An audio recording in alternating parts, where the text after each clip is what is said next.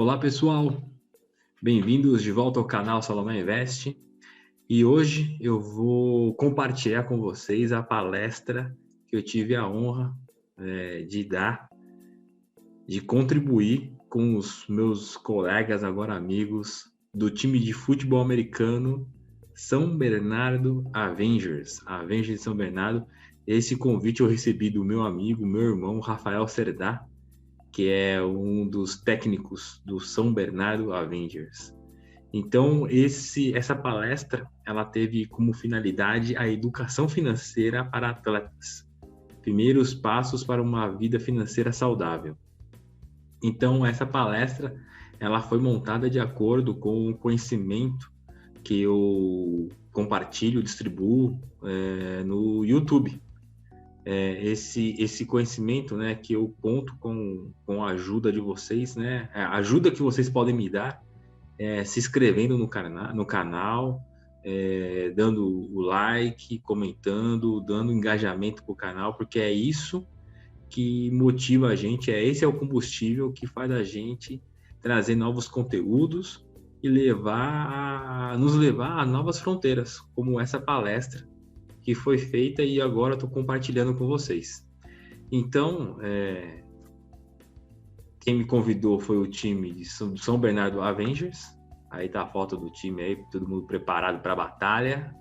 São Bernardo Avengers. Bom, então, antes de mais nada, eu tive que fazer uma apresentação pessoal. Então, quem sou eu? Então, eu sou o Rodrigo Salomé, sou engenheiro de produção, formado pela FEI, São Bernardo do Campo. Sou especialista em administração industrial pela Poli, USP, e sou licenciando em ciências sociais pela Cruzeiro do Sul.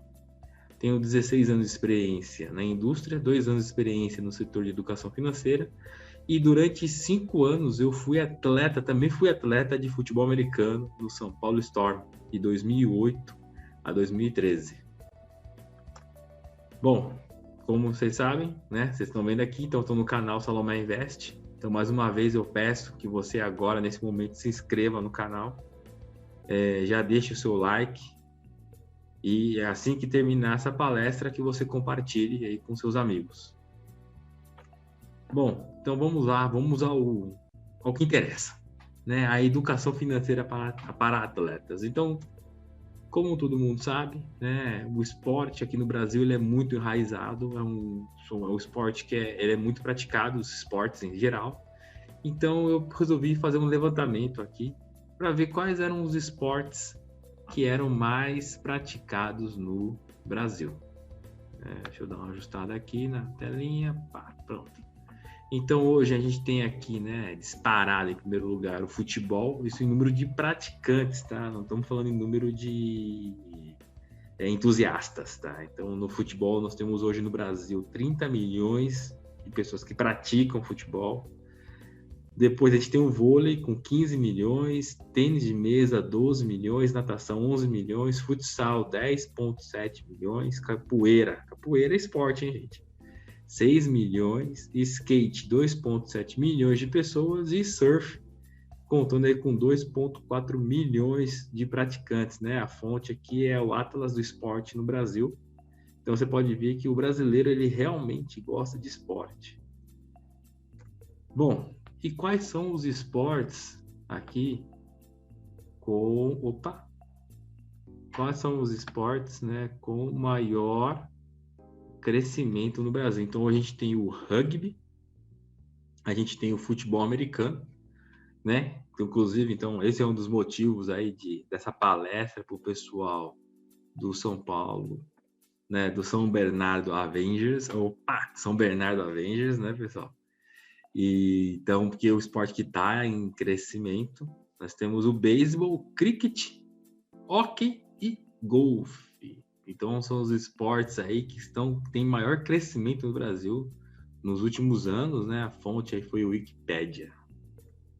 Bom, vamos lá falar de grana e eu aqui não estou me entendendo direito com o meu quadrinho onde eu fico, então vou ficar zanzando pela tela, porque a palestra é minha, então eu faço o que eu quiser. Vamos lá, então falando de salário. Então, pessoal, vamos lá falar de salário um pouco aqui. Quais são os salários por modalidade? Então, né, nessa questão, a gente do futebol em especial, a gente vai tirar os super salários. Então, vamos falar daqueles caras que são profissionais, assim, levam a vida com base no esporte. Mesmo assim, o futebol é o esporte que mais paga.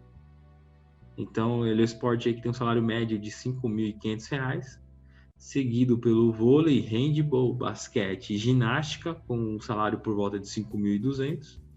Natação com R$ 4.000. Aí você tem o futebol feminino e tênis pagando R$ 2.500 e o atletismo lá na rabeira pagando R$ 1.500. Ou seja, o atleta no Brasil, ele é muito mal remunerado, ele é muito mal, ele ganha pouco, né? Ele ganha na média, mas se você for ver com os atletas fora do Brasil, ainda mais os atletas de alto nível, da Europa, Estados Unidos, Japão, você vai ver que, né, a gente tá mal. Então não é por acaso que quando chegam as Olimpíadas a gente não consegue tantas medalhas. Bom, e além disso, tem mais um fator. O fator que a carreira do atleta, ela não é igual uma carreira de um médico, de um advogado, de um banqueiro, contador, engenheiro. Ela é uma carreira curta. Então, a educação financeira para o atleta, ela tem que ser o segundo item mais importante da vida do atleta. O primeiro é o treino, é a competição, e o segundo é a educação financeira, porque ele vai precisar guardar esse dinheiro, aplicar esse dinheiro, usar esse dinheiro de forma inteligente para não faltar no futuro. E quando a gente fala no futuro de um atleta, o atleta ele começa aí com 15, 16 anos a ser remunerado em alguns esportes, mas com 30, 35, acabou. Então, se a gente for muito otimista, um atleta aí, ele vai ter 20 anos, de 15 a 20 anos de período de remuneração, produtivo remunerado, vamos dizer assim.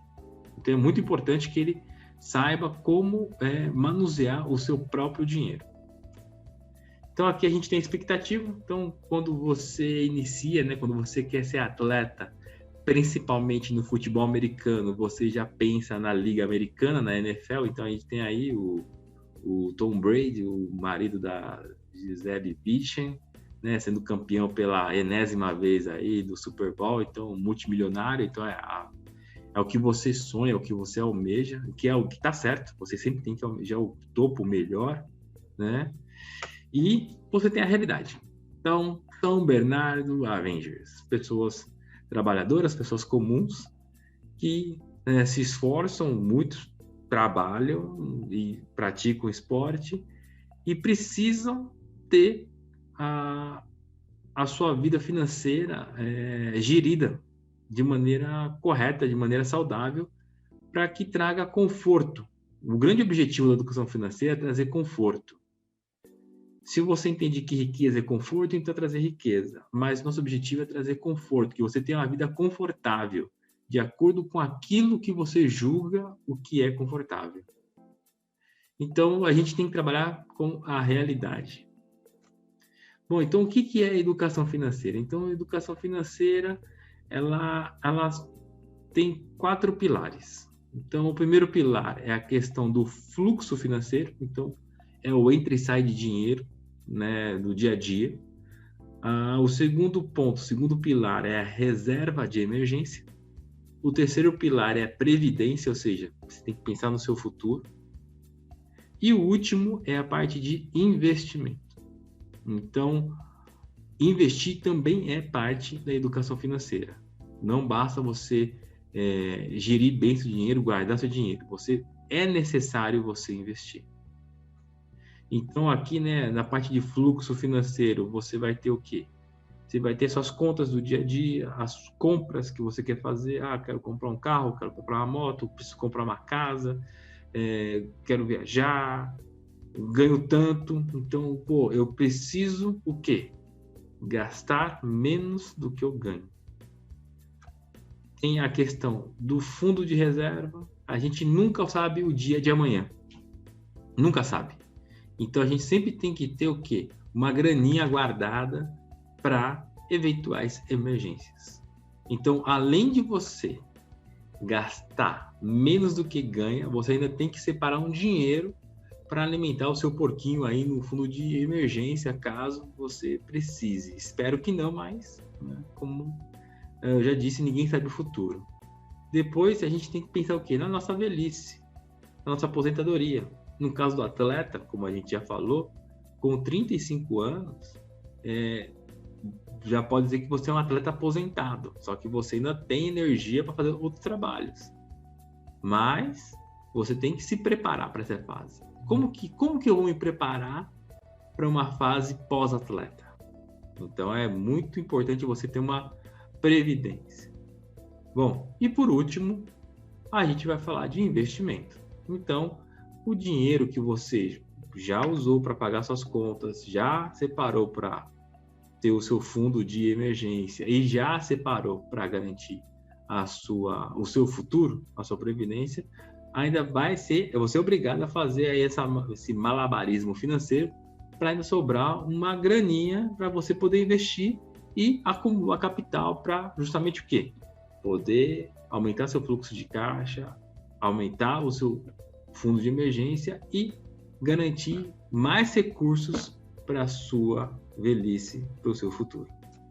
Bom, pessoal, vamos falar agora aqui em mais detalhes do fluxo financeiro. Então, o fluxo financeiro, como eu já falei, primeiro é gastar menos do que ganha. Segundo, primeiro pague a poupança, depois as contas. O que significa isso?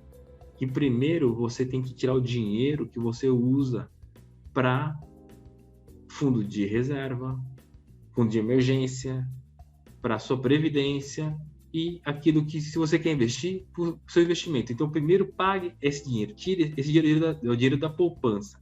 Tire esse dinheiro.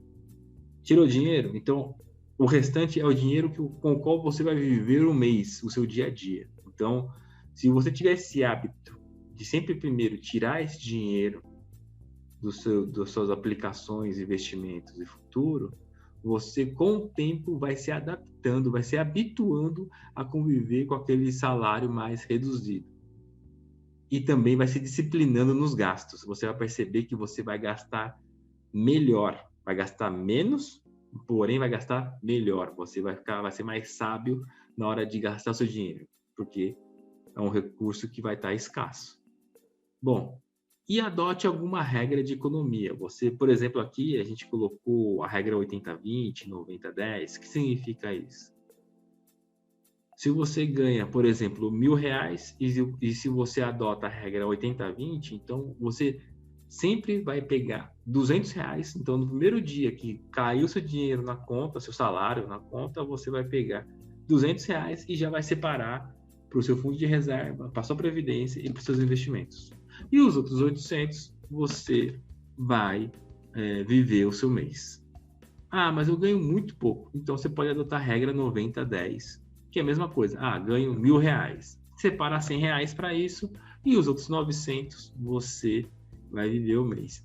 O importante é você ter essa disciplina. Sempre adota uma estratégia, segue a estratégia e sempre separe um dinheiro para eventualidades, futuro e previdência. Então aqui eu recomendo, né? Eu recomendei para o pessoal do São Bernardo Avengers, para quem tem interesse, o primeiro livro que eu li, né? Inclusive foi meu pai que deu para mim e para o meu irmão esse livro, né? Pai Rico, Pai Pobre, que é justamente isso, né? É os primeiros passos da educação financeira. Então, educação financeira é aquilo que vai te trazer conforto. Então, não é só ter um bom trabalho, com um bom salário, ou você ter um bom negócio, ser um empresário com lucros altos. Você precisa ter educação financeira para ter paz financeiramente e poder pensar em outras coisas, tá? Então, para você que está começando, recomendo esse livro, Pai Rico, Pai Pobre. Bom, se você conseguiu fazer tudo isso que eu estou falando já no fluxo financeiro, parabéns, você conseguiu concluir a primeira meta. Agora a gente vai falar de fundo, né, de emergência, reserva de emergência aqui, Então, é aquele, né, aquele cofrinho, aquela poupança que se der uma azia, pô, bati o carro, fiquei doente, fiquei desempregado, azedou geral. É ali que vai te socorrer, né, financeiramente durante um tempo, tá ok? Por isso que é muito importante. Não dá para você ficar dependendo de FGTS, ficar dependendo da sorte, da boa vontade de terceiros. Você tem que se garantir. Então aqui, primeiro, você nunca sabe o dia de amanhã, tá? Essa é uma certeza absoluta. Segundo, esse dinheiro que você vai separar, de preferência, você tem que colocar ele na poupança. Ah, mas a poupança rende pouco, não interessa. É um dinheiro de emergência. Então você tem que colocar o dinheiro de emergência no lugar mais seguro, ou melhor, que tem menor risco e maior liquidez. O que significa isso? Na poupança. Você vai pôr na poupança, ele vai ter um rendimento pequeno, mas vai ter. E se você precisar sacar esse dinheiro da poupança a qualquer hora, você consegue. Tá? Você não precisa esperar um dia, 2 dias, um mês para sacar o dinheiro. Preciso sacar o dinheiro agora. Você vai lá e saca. Tá? Então é mandatório esse dinheiro ficar na poupança. Bom, um conselho que eu dou e que eu faço é que esse dinheiro fique numa conta em um banco diferente do banco que você usa habitualmente. Ou seja, vou dar um exemplo aqui, tá? Tenho conta no Itaú, então o seu fundo de reserva tem que ficar no Bradesco. Tenho conta no Bradesco, põe no Banco do Brasil. Tem no Banco do Brasil, põe no Santander. Tem no Santander, põe na Caixa. Tenho na Caixa, põe no Itaú. Entendeu? Tem que ser no banco diferente, tá? Eu quero colocar numa corretora aí que rende CDI, TR, zero. Tá bom. É liquidez? Zero. Você consegue tirar? Consigo. Então, coloca lá. Mas nunca deixa junto na mesma conta, tá?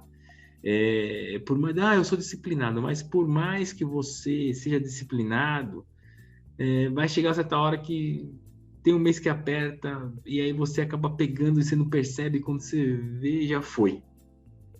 Então é importante também estar separado para você ficar livre da tentação. Bom, e o outro conselho que eu dou, né? Qual que é a quantidade que a gente deve ter nesse fundo de reserva? Então você tem que ter o equivalente a aproximadamente entre 7 a 12 salários brutos, ou 7 a 12 rendimentos brutos, caso você seja autônomo. Pô, Salomé, mas isso é bastante. Vamos supor que você ganhe R$1.000 de novo. R$7.000 são 7 meses trabalhando. O fundo de reserva, você não monta ele em um ano, você não monta ele em 2 anos. Você vai montando o seu fundo de reserva mês a mês. Por isso que tem aquela regra 80-20, 90-10, que todo mês você vai tirar um pouquinho desse dinheiro e vai colocar no seu fundo de reserva, no seu fundo de emergência, todo mês. Quando você bater 7 salários, você vai olhar para aquele montante e falar assim, será que é o suficiente? É. Então, se é o suficiente, a partir daquele momento você não precisa mais alimentar o seu fundo de reserva. Se você acha, não é suficiente, eu acho que o ideal seria ter 10 ou 12, que é um ano de salário guardado. Você vai até ter um ano. Você tem um ano, você pode parar e aí esse dinheiro você pode usar para outras finalidades. Por exemplo, aplicar na sua previdência, no seu futuro, ou começar a investir. Bom, você conseguiu, né? Então aqui a gente tem o tripé, né, do fundo, né, de reserva, fundo de emergência aí, que é o quê? É você, primeiro lugar, liquidez. Tem que colocar seu dinheiro onde você possa resgatá-lo imediato. Porque bateu o carro, sofreu um acidente, precisa fazer uma cirurgia, precisa do dinheiro agora, você vai lá e consegue sacar o dinheiro. Então, regra número 1, liquidez. 2, segurança. Então, você tem que deixar onde? Num banco grande, tá? Banco grande, estruturado. Eu não penso hoje que um Itaú da vida, um Bradesco, o Santander, Banco do Brasil, que é estatal, uma Caixa, que é estatal, vai quebrar. Então, coloque no banco grande, tá? E Em terceiro lugar, você vai ver a questão da rentabilidade. Com liquidez e segurança, eu só consigo ver 2 tipos de aplicação. É poupança. Então, para quem é mais leigo, é na poupança simples. Ou você vai colocar aí num fundo de renda fixa TR, ou seja, taxa referencial, que rende a Selic. Então, hoje é um pouco mais que a poupança. Então, assim, é o tripé de ouro que eu chamo. É o tripé de ouro para reserva de emergência. Liquidez, segurança, rentabilidade. Primeiro liquidez, depois segurança, depois rentabilidade. Tá, pessoal? Bom, conseguiu fazer isso. Então, você gasta menos, né, do que você ganha. Você está montando o seu fundo de reserva. Então, parabéns. Você concluiu a segunda meta. Então, agora a gente pode seguir adiante. Qual que é o terceiro passo? Previdência. Nós temos aqui a previdência, que é muito importante pensar no futuro, ainda mais para um atleta. Você, atleta que tem uma vida profissional curta, é mandatório você pensar como que você vai viver depois dos 35 anos, depois dos 30 anos. Se você tiver uma lesão, como que vai ser sua vida? Então, e também não dá para você depender somente do INSS. Então, não, mas quando eu me aposentar, o INSS vai me pagar, tá? Com o quê? Com 65 anos. Então, dos 35 aos 65 anos, você vai fazer o quê? Mendigar? Não. Então, você tem que pensar no seu futuro, o que você vai fazer para viver na sua vida pós-atleta. Então, um conselho que eu dou é: faça uma previdência privada. Uma previdência privada, grosso modo, você pode dizer que é um tipo de poupança, onde você vai colocar seu dinheiro e vai ter uma rentabilidade. E você vai ter opção lá na frente de resgatar ele todo, resgatar ele parcial, receber em vida, receber até morrer, né? Então, é muito importante você pensar aí na sua previdência, no seu futuro. Então, aqui, eu até peguei um exemplo aqui na internet, né, uma simulação de investimento. Então, tem uma pessoa aqui que investe R$300 por mês a partir dos 30 anos. Então, depois de 35 anos, quando ela tiver 65 anos, ela vai ter acumulado aí R$600 mil. Tá? Então, essa simulação aqui é considerando uma rentabilidade de 8% ao ano, que é uma rentabilidade que é factível. Se você souber trabalhar e se souber escolher um fundo de previdência bom e sério, é factível, tá? Mas eu já não tenho mais 30 anos, eu tenho 40. Tá. Então, com esses mesmos R$300, se você tiver 40 anos, com 65 você vai ter 253 mil. Ainda é um belo dinheiro. Então, vamos trazer para a realidade do atleta. Então, um atleta que começa a pagar uma previdência privada com 20 anos, então aí, com 45 anos, ele vai estar com 253 mil. Então, se ele conseguir esticar a carreira dele ao máximo, até os 35 anos, e souber manter os fundos aí de reserva, fluxo de caixa dele tudo em ordem, com 45 anos ele vai ter uma bela grana. Com 35 anos já vai estar com uma grana bem legal. Então tá aqui, um exemplo aqui, né, de R$300. Hoje, R$300 você consegue ter um bom futuro aí garantido. Tá? Bom, fiz tudo isso. Então, gasta menos do que ganha. Você tem seu fundo de emergência estabilizado. Já montou sua previdência. E mesmo assim ainda sobra um dinheirinho no final do mês. Um dinheirinho aqui, ó. O que eu vou fazer com esse dinheirinho aqui? Bom, você pode investir. Então, como fazer o primeiro investimento? Primeiro é você, né? Então, cumpriu a primeira e a segunda meta? Parabéns. Você, né, terá uma vida sem sufoco, mas continuará pobre. Então, você deve fazer o quê para começar a investir? Você tem que estudar sobre investimentos. Depois aprender a fazer conta de matemática. Parece uma coisa meio redundante, meio óbvia, mas não é. Tem que saber fazer conta. Tá? Não está na escola, então você pode usar a calculadora à vontade, né? Aprenda a usar a calculadora, aprenda a ter um raciocínio lógico, aprenda a fazer conta de matemática. Isso é muito sério. Muita gente investe mal, acha que investe bem, mas investe mal porque não sabe fazer conta. Faz conta errada, faz conta, como o pessoal diz aí, a grosso modo, conta de padeiro, e investe mal, paga taxa, paga imposto que não precisaria pagar. Bom, outra dica que a gente dá é o seguinte: saber calcular juros compostos. Então, não sei, Google te ensina como calcular juros compostos, é muito importante. E também saber calcular o imposto de renda. Então, precisa ter a tabela do imposto de renda, né, de cor salteado aí na cabeça para você poder também analisar um bom investimento.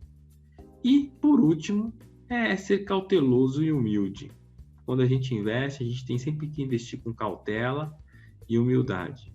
Toda vez que falta cautela, né, a cautela é de menos e a humildade é de menos, com certeza é prejuízo na cabeça, né? Então você vai investir para quê? Para você sair do sufoco nunca mais.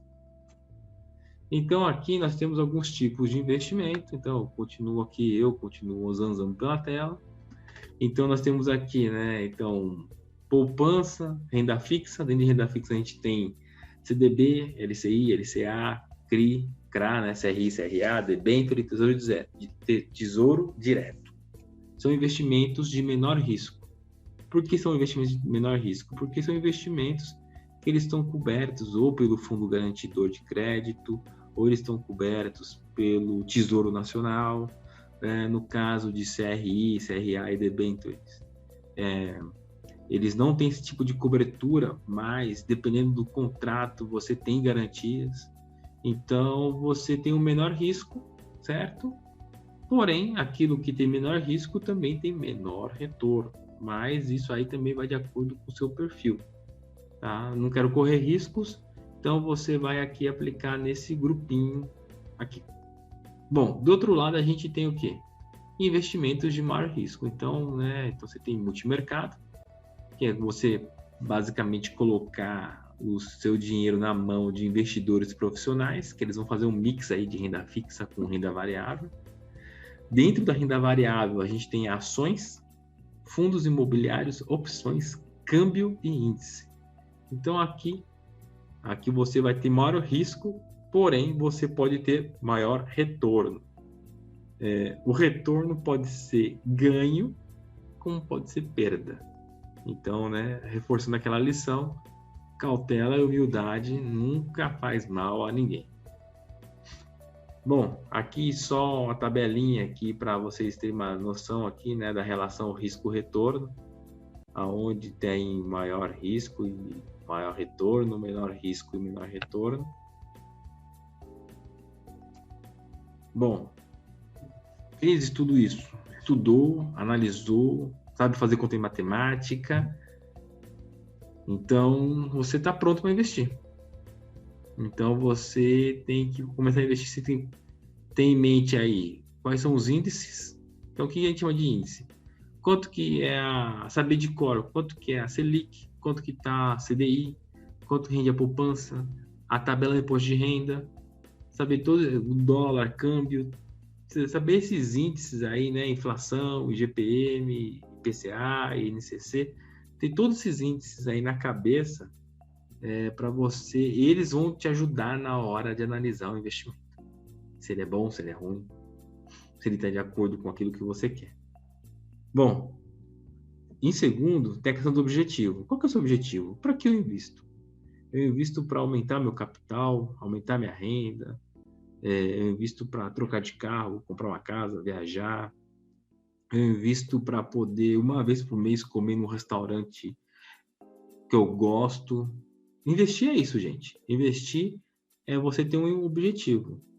E esse objetivo pode ser o mais diverso. Não existe um objetivo bom, objetivo ruim, objetivo certo, objetivo errado. Os objetivos são aquilo que te trazem satisfação. É como eu falei, é aquilo que te traz conforto. Bom, E, por fim, a gente tem a questão do perfil. Então, você tem que ser honesto nessa hora. Qual que é o seu perfil? Eu sou um cara mais conservador, não gosto de perder, tenho medo, né? Sou um cara mais moderado, eu aceito alguma flutuação, se cair eu vou ficar bem, se subir eu vou ficar melhor. Ou sou um cara arrojado, tipo, igual no poker, all in, né? É aquela coisa, não, eu vou para a cabeça, se der, estoura. Também se der, se estoura. É isso. Então, você tem que ser bem honesto com você nessa hora. Tem muita gente que fala que é arrojado, na primeira queda de ação vende tudo no prejuízo e toma prejuízo na cabeça. Então, você não é arrojado, você é moderado, você é conservador. Tem gente que fala que é conservador, mas olha ali a aplicação e fala, meu Deus, rende pouco, não sei o quê. Mas eu toparia ter uma flutuação, correr um risco. Então, você não é conservador, você é moderado. Então, você tem que ser muito honesto consigo mesmo na hora de fazer essa avaliação. Bom, como eu falei, né? Todo atleta, ele tem que ter a disciplina do treino. Então, além da disciplina do treino, ele precisa também ter a disciplina com o dinheiro. Então, com base nisso, eu montei um exercício aqui. Esse exercício é o seguinte, né? Qual dos investimentos abaixo é melhor? Um CDB rendendo 160% do CDI ou um LCI rendendo 7,5% ao ano? Bom, vamos dar aí 3 segundos para você pensar. Letra A ou letra B? Vamos lá. 5 segundos, vai. 5, 4, 3, 2, 1. Já deu tempo. Bom, e se você respondeu letra A, você errou. A letra correta é a letra B. E aqui a gente, né, coloca o cálculo aqui, né, então do CDB, que ele vai render aí no final de um período de 2 anos uma média de 6,96 ao ano, quanto a LCI vai render 7,5. Por quê? Porque a LCI não tem imposto de renda. Não tem imposto de renda, então o que é contratado é pago. Então, aí tá vendo? É muito importante saber fazer conta. Tem que fazer conta, pessoal. Tá? Bom, por fim, as dicas que eu deixo aí, né? Que é a questão de disciplina, estudo. Disciplina porque guardar dinheiro, ainda mais no Brasil, sendo atleta, ganhando pouco. Não só para atleta, né? Várias profissões, né? Você tem um salário menor, então é complicado. Então, exige muita disciplina, muito sacrifício. Mas se você for nessa pegada, eu tenho certeza que você vai se surpreender com o resultado. Segundo, estudo é fundamental. Então, saber estudar a aplicação, onde você está aplicando, como aplicar é muito importante. É muito importante sempre adquirir conhecimento, ler livro, ver vídeo no YouTube, acessar sites na internet, conversar com pessoas que já investem. Todo estudo é válido, todo conhecimento é válido para você identificar aquilo que é bom, aquilo que não é bom, o que é golpe. Tem muito golpe agora, muita gente prometendo fortunas. Invista comigo que você vai ganhar dinheiro pra caramba. Quando a esmola é demais, o santo desconfia, tá? Resiliência.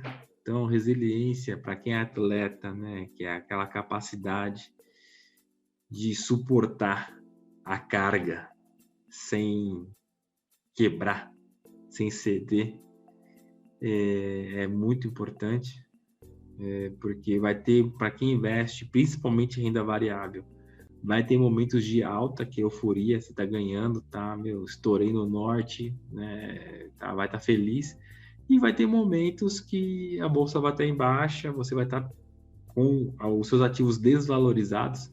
Quando você compra um ativo e ele perde valor, não é que você tem um prejuízo, não, ele só está desvalorizado, é diferente. Então você precisa ter resiliência, sabedoria para poder esperar o momento bom voltar, ou sabedoria para poder sair na hora exata, na hora correta. E por fim, paciência. Investimento é paciência, é igual pescar.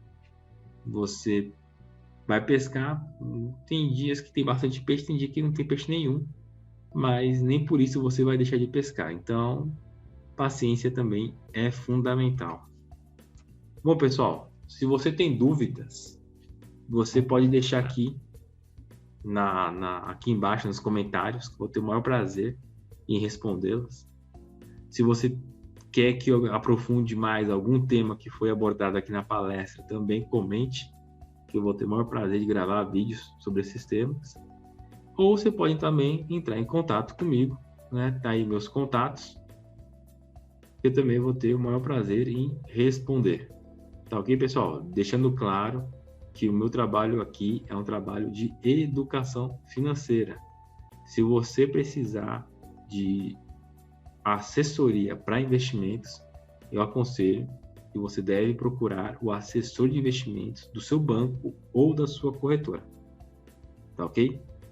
Bom, pessoal, aqui eu encerro a palestra que foi apresentada, ministrada aí ao São Bernardo Avengers. Mais uma vez agradeço ao time de futebol americano São Bernardo Avengers. Agradeço ao Rafael Serdá pelo convite e fico aberto a novos convites. E até a próxima, pessoal. Muito obrigado.